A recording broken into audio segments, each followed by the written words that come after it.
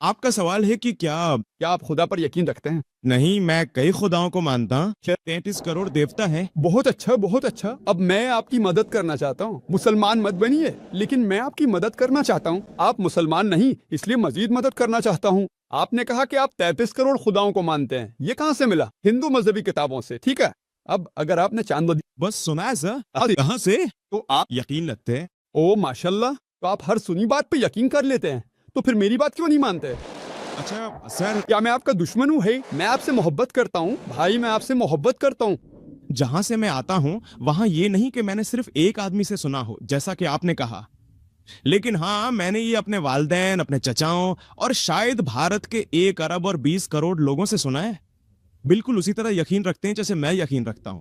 ٹھیک ہے، تو یہ نہیں ہے کہ ہم سب کچھ غلط کر رہے ہیں. ٹھیک کرو. ہم کچھ تو صحیح کر رہے ہیں، ہمارے دھرم جسے میں ہندو دھرم سمجھتا ہوں. میں نہیں مانتا کہ 1.25 ارب لوگ یقین رکھتے ہیں. زیادہ تر ہندو مانتے ہیں، سب نہیں. میں کئی ایسے ہندوؤں کو جانتا ہوں جو اختلاف کرتے ہیں، جنہوں نے ہندو صحیفے پڑھے. یہ کہاں لکھا ہے؟ صحیفوں سے. درست کوئی دماغ سے کہے، اگر کل تیرا باپ کہے کہ 2 + 2 = 5 ہے تو کیا آپ یقین کریں گے؟ اگر آپ کا باپ کہتا ہے 2 + 2 = 5، کیا آپ یقین کریں گے؟ ٹھیک ہے، جب تک کہ کوئی مجھے درست نہ کرے. اگر آپ کے والد کہیں 2 اور 2 5 ہیں، کیا آپ یقین کریں گے؟ نہیں. ماشاءاللہ، آپ پڑھے لکھے آدمی ہیں، اس لیے آپ یقین نہیں کریں گے. دوست، اب میں آپ کو آپ کے صحیفوں سے حوالہ دے رہا ہوں. ٹھیک ہے، آپ کو اپنے والد سے پوچھنا ہے. ہندو صحیفوں میں، جیسا کہ میں نے پہلے ذکر کیا، 2 قسم کے صحیفے ہیں، ایک شروتی، ایک اسمرتی. شروتی کا مطلب ہے خدا کا کلام، وید، اپنشد. اس کے بعد اسمرتی آتی ہے، پران، اتہاس، رامائن، مہا بھارت. اگر آپ اپنشد پڑھتے ہیں جو سب سے اعلیٰ ہے تو اس کا ذکر چندوگیا اپنشد میں ہے، باب نمبر 6، باب نمبر 2، آیت نمبر 1.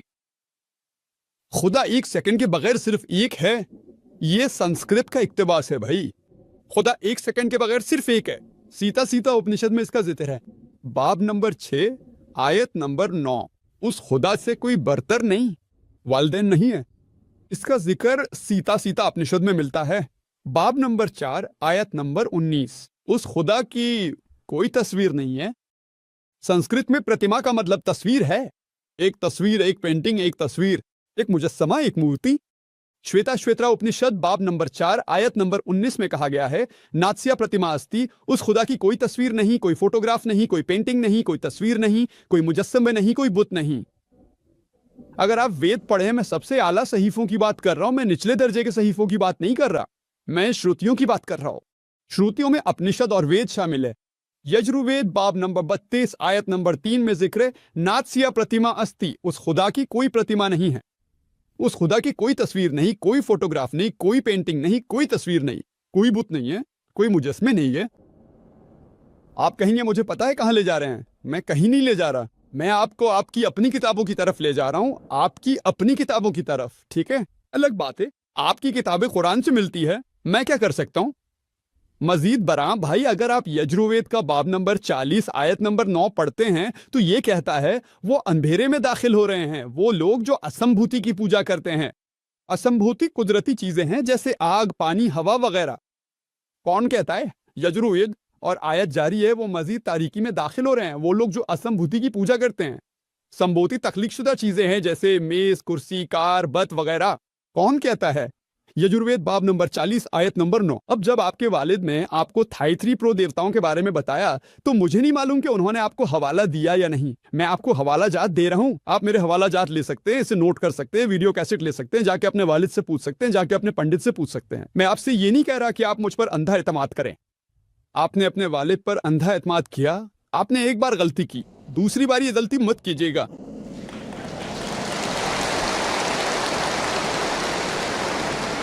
اگر آپ کو میری منزل کا علم ہے تو مجھے جلدی نہیں. میں چاہتا ہوں آپ مضبوط ایمان لائیں، نہ کہ صرف والد کے کہنے پر، تاکہ کل آپ خود صحیفے کا حوالہ دے سکیں.